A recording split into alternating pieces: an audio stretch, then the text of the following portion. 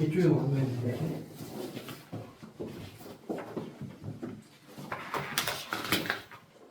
모션으로 만들었는데 모션을 어떻게 여기 가져올지 몰라가지고 그냥 PDF로 내보내기해서 가져왔습니다. 나도 원래는 웹에서 하려고 했는데 네. 그 PDF로 내려가게 있더라고요.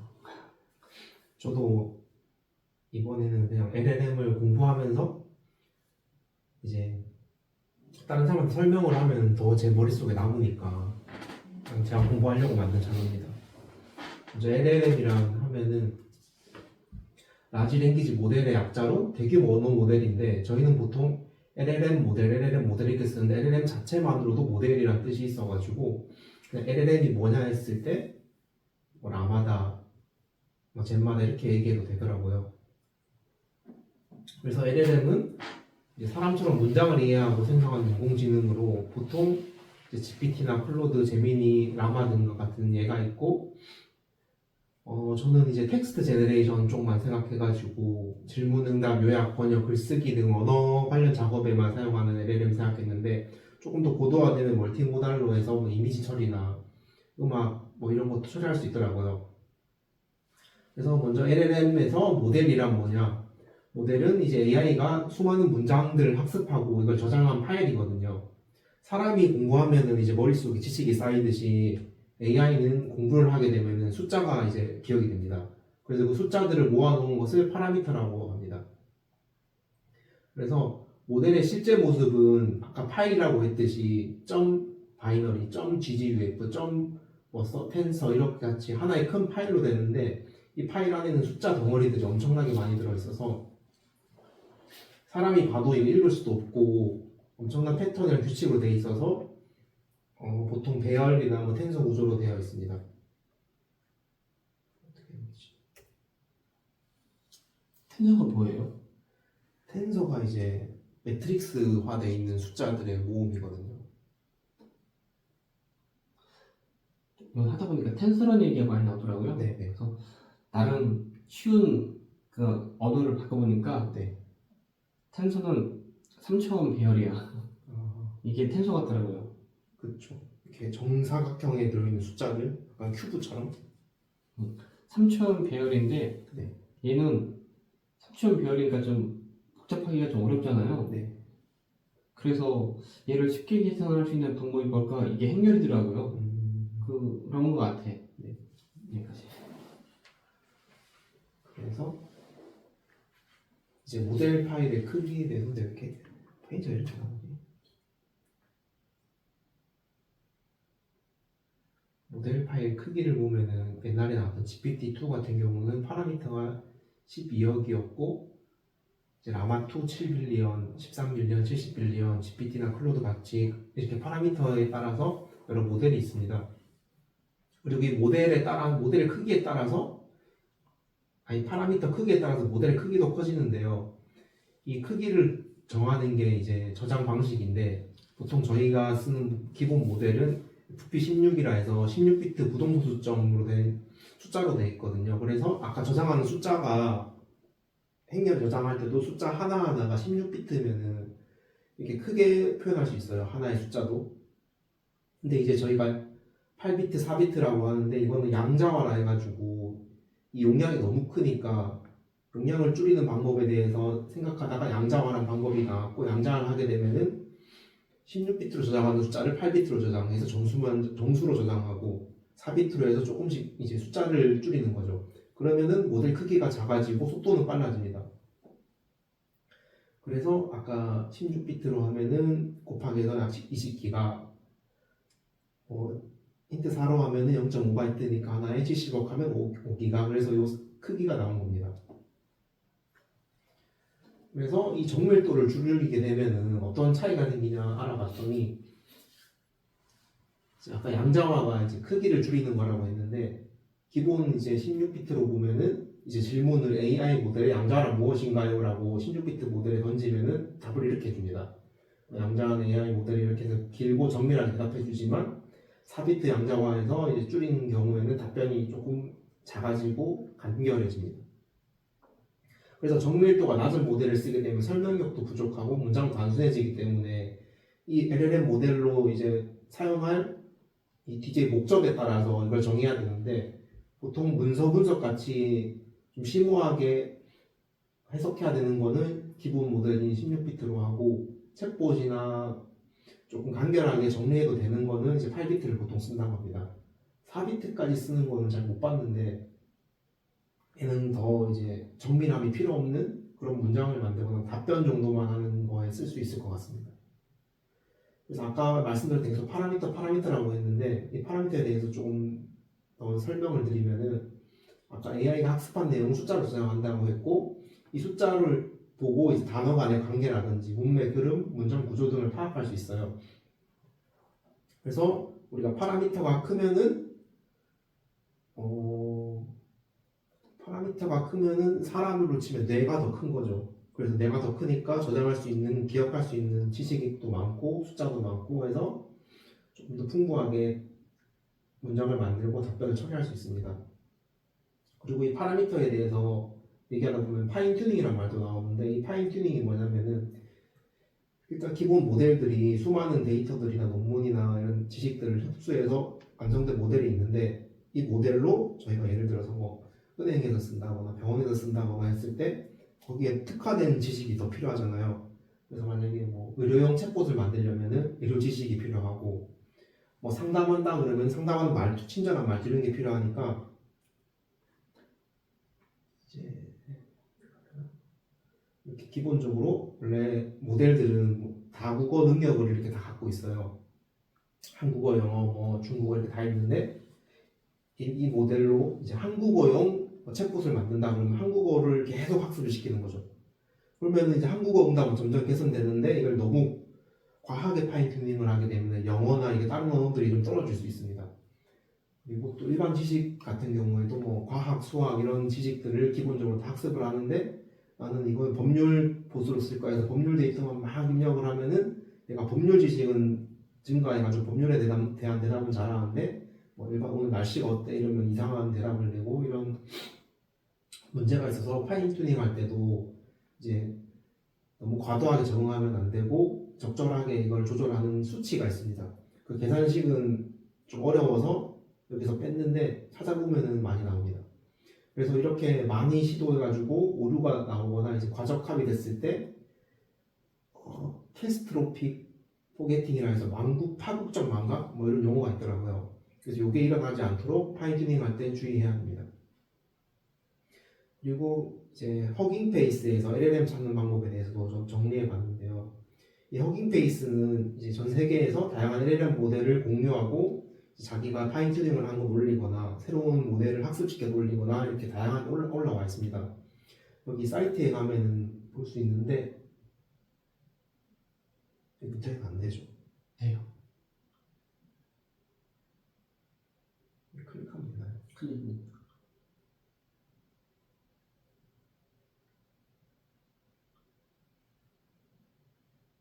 왼쪽. 이게 허깅일까요? 네. 여기 허깅 페이스 처음에 들어오면은 이렇게 돼가지고 엄청 많은데 보통 저희는 이제 모델을 쓰기 때문에 모델을 누르고 이렇게 모델만 눌러도 지금 180만 개가 나오거든요. 그래서 여기서 뭐를 선택해야 되고 어떤 거를 기준으로 잡아야 될지 어려우니까 간단하게 몇 개 설명드리면 가장 먼저 태스크라고 해서 저희가 보통 쓰는 챗봇 같은 경우는 텍스트 제너레이션 요 태스크입니다.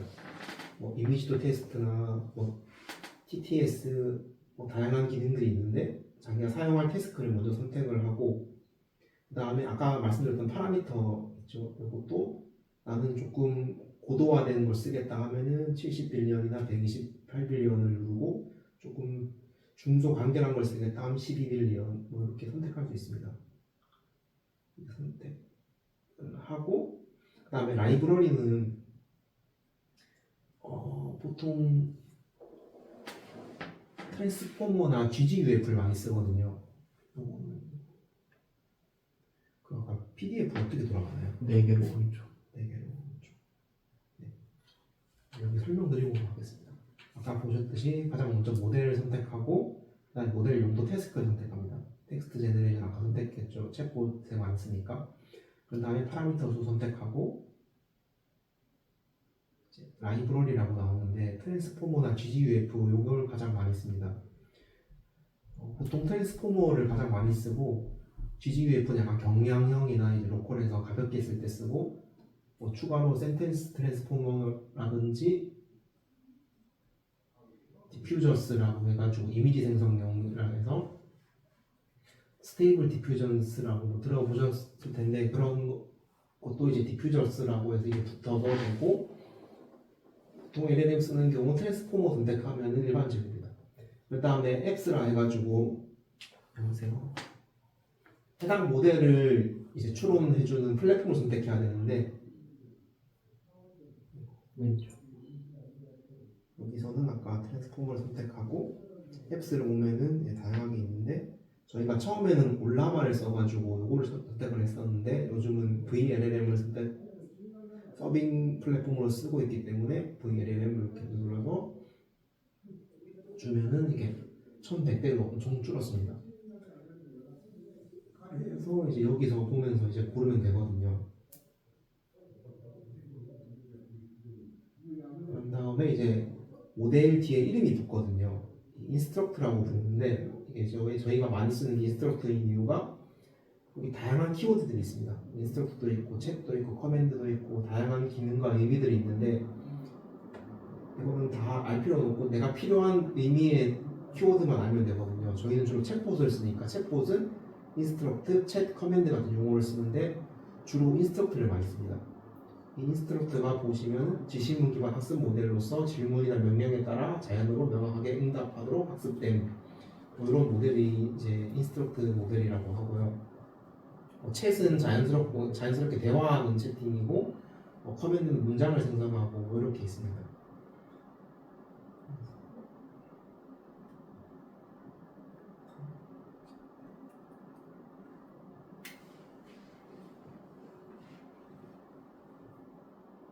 그래서 아까 보시면은 여기 맨 앞에 있는 건 모델 이름이거든요. 키미라는 모델인데 그건 유명하지 않아서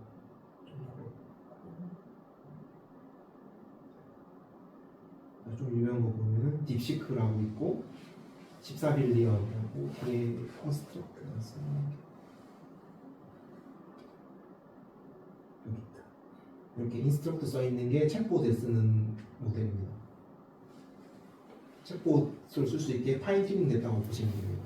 그리고 GGUF는 경량형 모델이고 그래서 여기서 보면서 어떤 회사에서 유명한 모델을 만들었는지 찾아보고 파라미터 크기를 찾아보고 내가 쓸 용도인 인스트럭트 모델에서 이렇게 눌러서 들어가면은 이거에 대한 설명을 보면서 이제 얘를 써보고 이렇게 테스트하는 겁니다.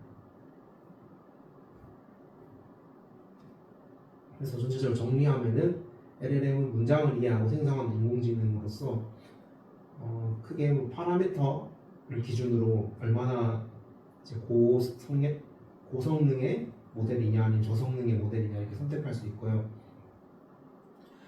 고성능 모델을 쓰고 싶지만 이제 GPU나 하드웨어에 제한이 있을 경우 양자화를 통해서 사용 목적에 따라서 크기를 줄여서 쓸 수도 있고요. 하지만 양자화를 해서 크기를 줄이면은 정밀도가 낮아지니까 답변이 조금 부족하게 될 수도 있는데 그거는 감안해서 써야 됩니다. 그리고 파인 튜닝을 하게 되면은 특정 목적에 맞게 모델을 최적화해 쓸 수 있지만 파인 튜닝을 하게 되면은 이제 기존 능력을 잃어버릴 수도 있고 GPU도 더 많이 필요해가지고 추론할 때 조금 어려운 작업이 됩니다. 여기까지입니다. 네, 올라마는 써봤는데 네. 그 VLLM은 안 써봤어요. 네. 그래서 그냥 알고 있는 게 올라마라서 올라마랑 비교해서 물어보는 건데 네. 올라마 같은 경우는 자체적으로 서버를 띄워가지고 네. 걔한테 메시지를 던져가지고 질문을 받는 구조거든요. 네. 근데 VLLM도 마찬가지 서버를 띄워가지고 그런 구조인가요? VLLM 서빙을 하게 되면은 엔드포인트가 생깁니다. 그 GPU IP로 그 GPU IP 뒤에 채팅 어떻게 붙는데 거기다가 사용자가 던져서 답변을 받는 형식입니다. 서버라고 해야 하니까 웹서버라는 얘기인가요? 네, 웹서버인데. 요즘에 서버. 그리고 올라마도 그렇고, 올라마는 그 서버를 띄울 수 있게 모든 코드 안에 그 모델을 서빙하는 코드 들어가 있거든요. 네. 근데 VLLM은 똑같이 그렇게 만들어서 이제 쓰려고 저희도 하고 있습니다. 지금은 그건 수동으로 터미널에서 띄우는 그런 정도? 아니요, 저희는 그걸 몰랐어가지고 처음에 패스트 API로 웹서버를 만든 다음에 아까 그 엔드포인트 있잖아요. 네. 거기서 붙여가지고 사용자가 입력을 하면은 그거를 프롬프트를 한번 거쳐가지고 VLLM에 있는 그 모델에 던져주고 모델한테 받은 거를 다시 그 API로 반환해주고 이런 식으로 돼 있거든요. 기존에 그러지 않았나요? 올라마인데요? 네, 올라마랑 똑같은 구조입니다. 그럼 똑같은 거면 뭐 바뀌어야 된다는 얘기인가요? 바뀌어야 된다고 바뀔 건 크게 없습니다. 뭐 그거 개선을 해야 된다고 얼핏 들은 것도 기존에 올라마는 저희가 그 서버에서 올라마를 띄워놓고 서버를 띄우고 이게 아니라 서버를 띄우고 올라마가 같이 실행이 됐거든요. 네. 근데 지금 VLLM은 처음에 그걸 몰라서 VLLM을 실행시키고 패스트 API 서버를 써서 두 개를 띄웠습니다. 프로세스를. 아, 전에 한 번에 그냥 따닥 띄웠는데 지금은 따로따로 띄우고 있다. 네. 그러다가 보니까 VLLM도 그냥 올라마랑 똑같이 서버 하나로 띄우면은 동시에 할 수도 있으니까 그렇게 하자 해서 지금 그렇게 변경하고 있습니다. 저번에 그 멀티턴 그거 있었잖아요. 네. 멀티턴 작업을 우리가 지금 메신저 클라이언트고 서버다 이렇게 나눠져 있잖아요. 네. 어느 부분에서 작업을 하나요? 서버에서 하고 있습니다. 서버에서? 네. 그러면 멀티턴을 하려면 기존에 있던 대화들을 단명을 기억을 해야 되잖아요. 네. 그러면 메시지를 던질 때마다 기존에 있는 메시지를 다 계속 누적해서 던지나요? 네, 누적해서 던지고 있습니다.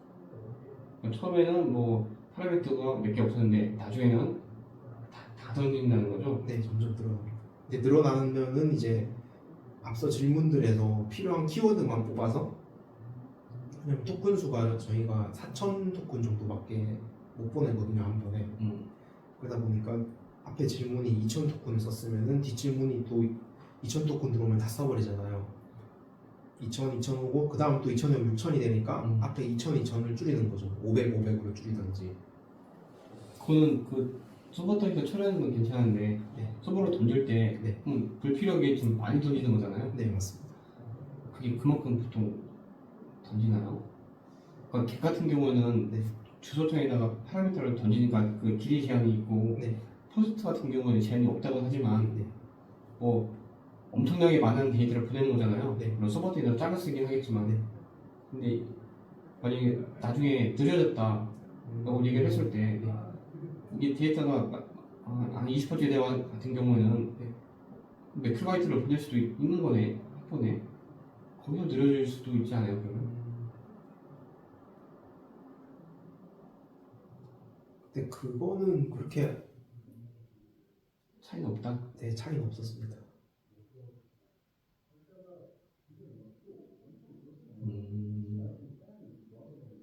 네, 알겠습니다. 질문 하나 좀 다시 할게요. 이거 끄면 되나? 네, 꺼드립니다. 녹화 누르시고.